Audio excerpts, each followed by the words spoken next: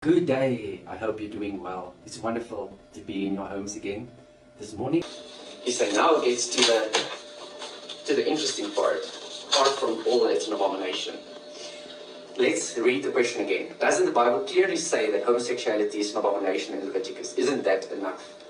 So neither in any of the Hebrew, Greek, Latin Bible, it says if a man lies with a man like he lies with the woman, it is an abomination or they will be put to death. It doesn't say that at all. I will read to you what it says. This is now my research. And I did a word-by-word translation. I did transliterations. I went in real deep to the oldest Bibles there is. Hebrew, it is the Leningrad Codex. That is the oldest Hebrew Bible. And that is a complete Hebrew Bible, and it was completed in 1009 after Christ, so 1,000 years after Christ. So Leningrad was, St. Petersburg was Leningrad. So that Bible is kept in St. Petersburg in Russia. And then in Latin, it's the Vulgate and the Codex Amiatinus.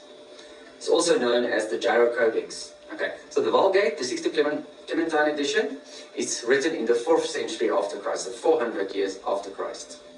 That is then the complete Latin Bible that was written at that time. And then the Codex Amiatinus, it was written in the 7th century after Christ, so 700 after Christ. But there's an older Bible than that. So the oldest one that I mentioned so far was 400 years after Christ. But the Greek Bible is the Septuagint Bible, the LXX. And you know how old that Bible is. It is about 300 years before Christ. So it was written between 247 and 285 before Christ.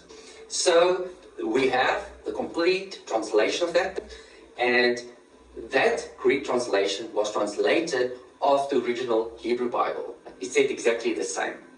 And then the Dead Sea Scrolls, when they found that in the 1940s, when they opened it, it was centuries old, basically millennia. It said exactly the same thing. So that's how they knew that the Greek translation was done correctly from the Hebrew. Okay, so being said that, remember now, none of the languages structures are the same.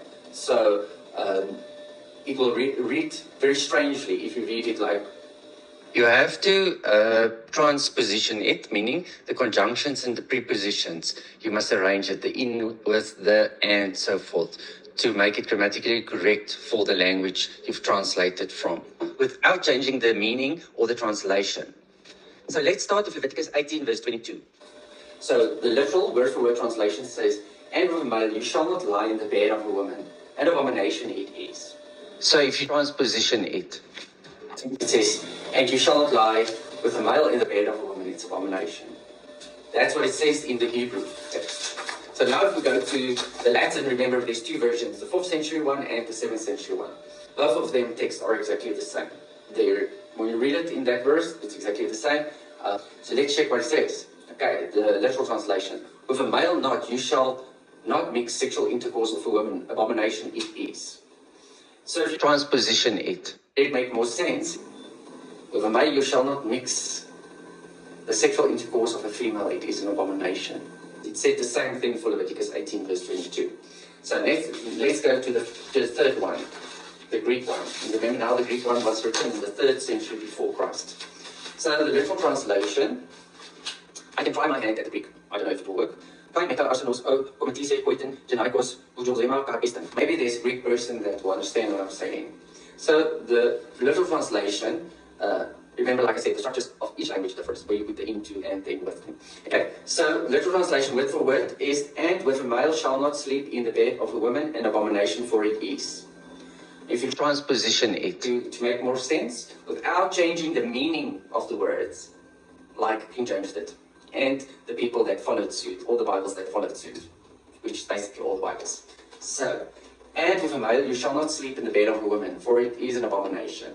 So what did we see now? We saw 3 original texts of the Bible, the oldest one from 300 before Christ to 1000 after. It all confirms that it never says if a male lies with a male like with a woman. It says if you mix the sexual intercourse between men and women, or if you sleep with a man in the same bed. So all the other English translations lied. They did it to suit them, to suit their agenda, because it doesn't say that at all.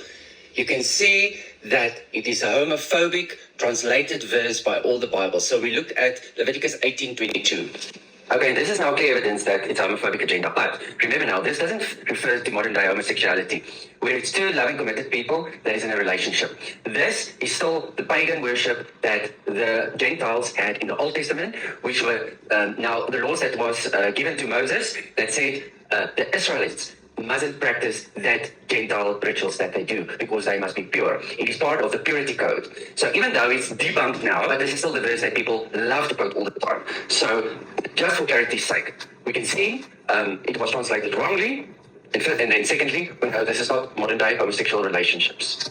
So that's just the one verse now where we focus on the abomination part, right?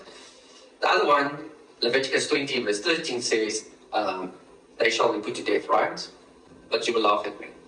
When you go to the core languages, Leviticus 20, verse 13, it will say basically it's the same thing. Let me read you the Greek of Leviticus 20. The first, it's the literal translation.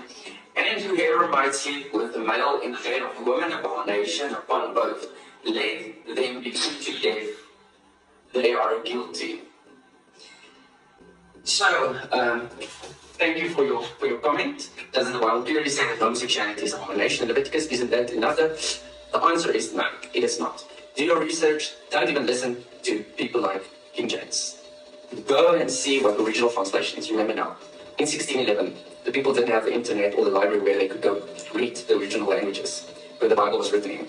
But today, in 2025, we have all the resources at hand to go and do your own research.